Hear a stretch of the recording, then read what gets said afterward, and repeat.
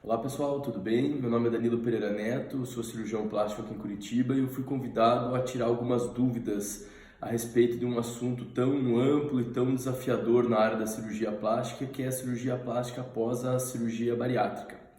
A primeira pergunta que foi feita: quais são as cirurgias mais comuns?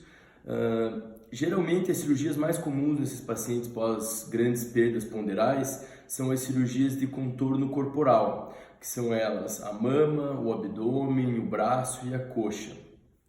A ordem em que essas cirurgias devem ser realizadas varia muito a cada caso, conforme a queixa de cada paciente. Geralmente, a prioridade dessas pacientes acaba sendo a abdominoplastia, que é a cirurgia plástica do abdômen, porque muitas vezes, após a perda de peso, essas pacientes acabam evoluindo com um abdômen avental, que é a pele repousando sobre a pube, e isso pode gerar algumas consequências, como algumas lesões de pele, algumas feridas e algumas vezes até limitando algumas atividades diárias dessas pacientes e até mesmo caminhar.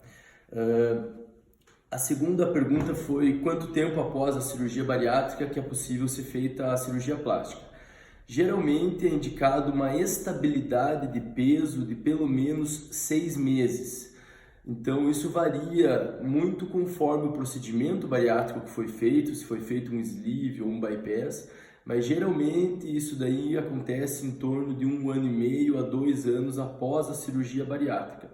Então o plano é: a paciente emagrece, a hora que ela parar de emagrecer, estabilizou esse peso, após 6 meses de peso estável, a gente inicia o plano de tratamento desta paciente.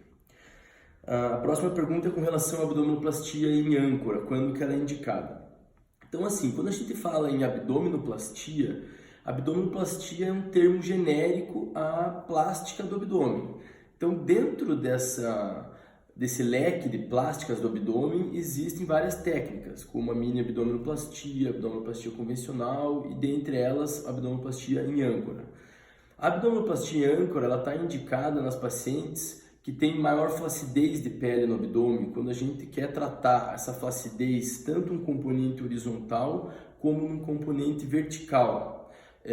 O ônus dessa cirurgia acaba sendo uma cicatriz vertical. Mas muitas vezes, algumas pacientes que fizeram a cirurgia bariátrica aberta já possuem uma cicatriz vertical, então acaba escolhendo por essa técnica porque acaba já tratando a qualidade desta primeira cicatriz. Então assim, de uma maneira geral, varia muito a cada caso, conforme a expectativa de cada paciente e conforme a resultante de flacidez de pele que ficou após essa perda de peso. Tá legal? A próxima pergunta é com relação à braquioplastia. Então, a braquioplastia é o lifting de braço. O lifting de braço é uma cirurgia que está indicada para tratar a flacidez de pele resultante na região do braço dessas pacientes, que algumas vezes atrapalham ela nos afazeres diários, porque fica aquela pele pendurada, na hora de dar tchau, elas se queixam bastante também. Então assim, a cirurgia do lifting de braço, existem várias técnicas que variam conforme o local e a quantidade de pele que ficou resultante após essa perda de peso.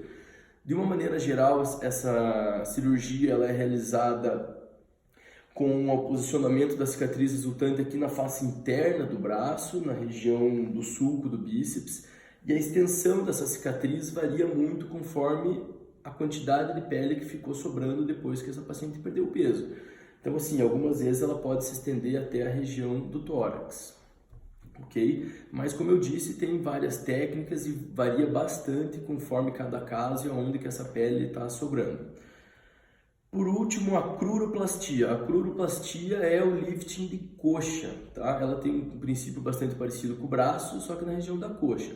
Então são pacientes que após perderem peso resultaram com bastante flacidez de pele, principalmente na região interna da coxa, e algumas vezes essa flacidez de pele prejudica algumas atividades diárias, como caminhar, namorar, colocar uma roupa. Então, nesses casos, estaria indicado fazer o lifting de coxa.